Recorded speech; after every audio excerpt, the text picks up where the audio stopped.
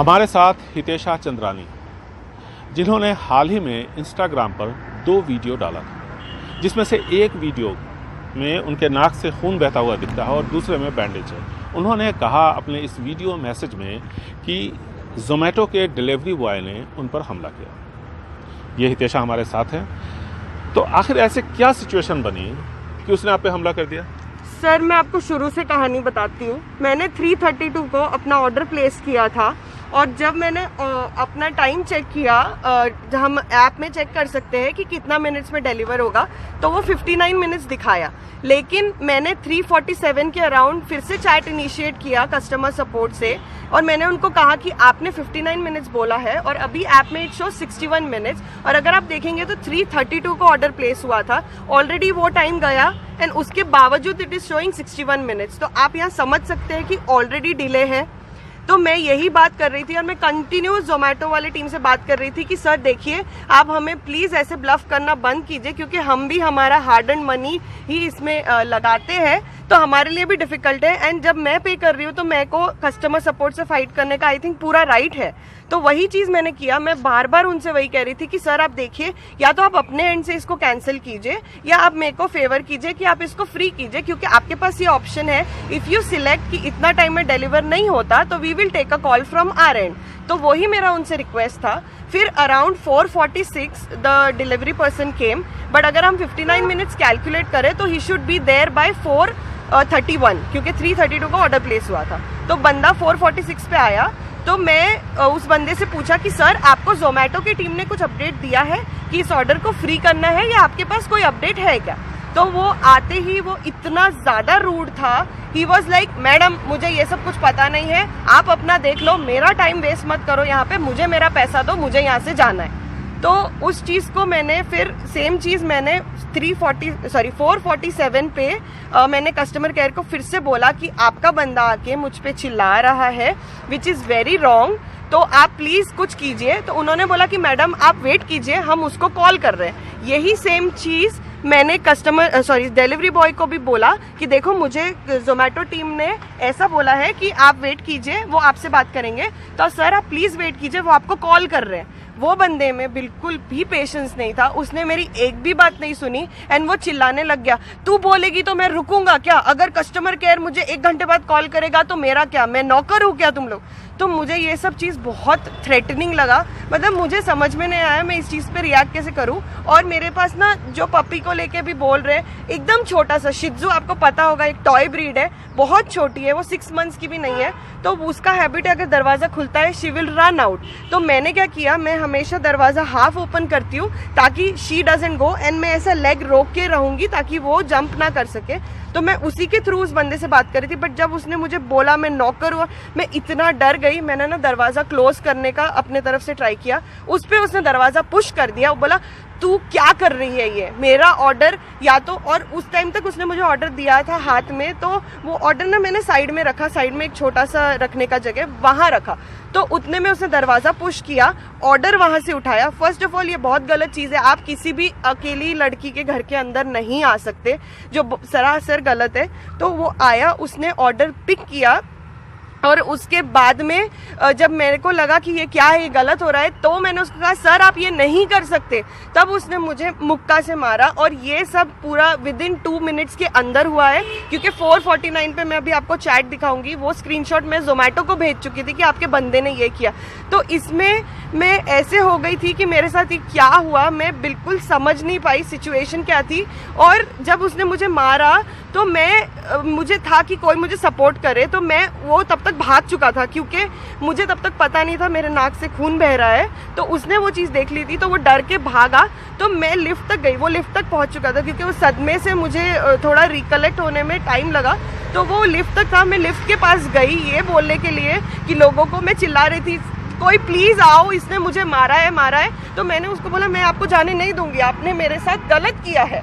तो उसने लिफ्ट खोला, उसने फिर से मुझे एक बार धक्का मारा और मेरे लिफ्ट के एग्जैक्ट सामने स्टेयर्स है, वो वहाँ मुझे धक्का मार के स्टेयर्स से चला गया और वो नीचे भी चिल्लाता हुआ गया था।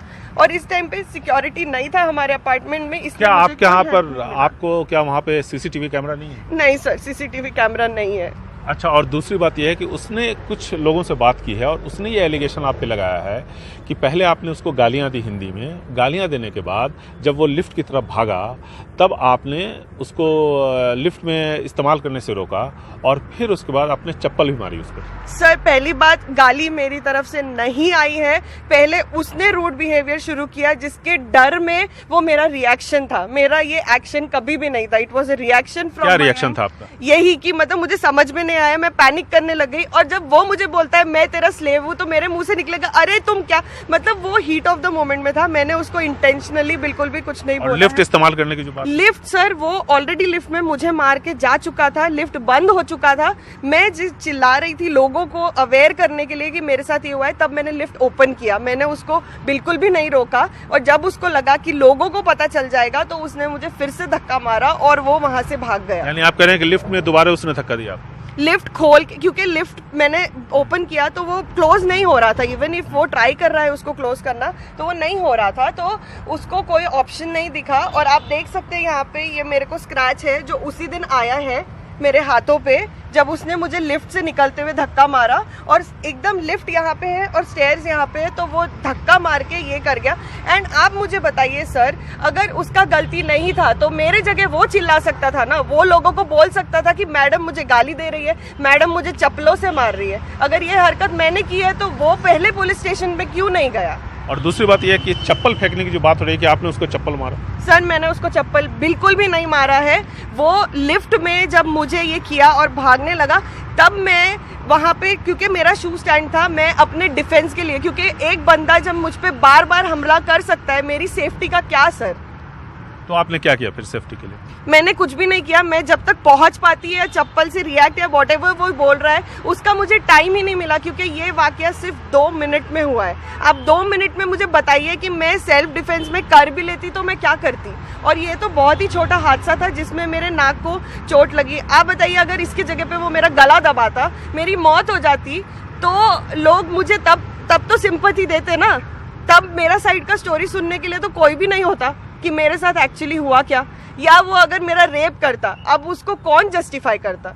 अब ये बताइए कि पुलिस ने किस तरह का, जब आप उससे मिल रही हैं पुलिस टीम से और इंस्पेक्टर से, तो पुलिस किस तरह से कोऑपरेट कर? पहली बात तो मैं बहुत बड़ा थैंक यू बोलती हूँ इलेक्ट्रॉनिक सिटी पुलिस का, बिकॉज उन्होंने जैसे ही मुझे देखा वो लोग भी काफ़ी डर गए थे कि ये वाकया हो कैसे सकता है। उन्होंने मेरा पहले मिनट से जैसे मैं वहाँ पे बैठी पूरा साथ दिया।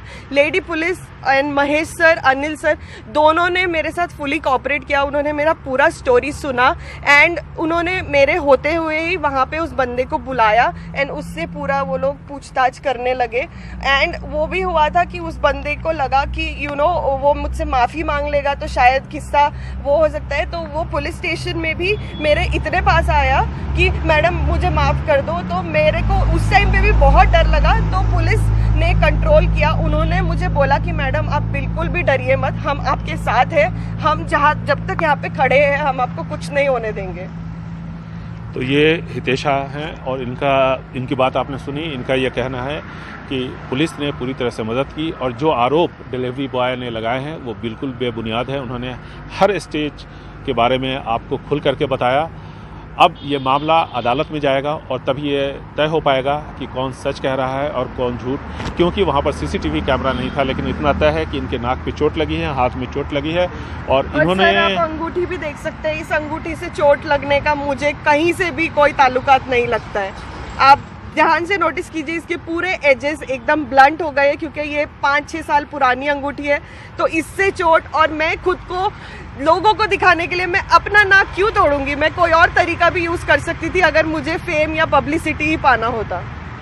ये भी एक पॉइंट है और पुलिस का यह कहना है कि वो अभी जब जांच पूरी हो जाएगी उसके बाद ही वो बताएंगे कि उन्होंने जांच में क्या पाया है।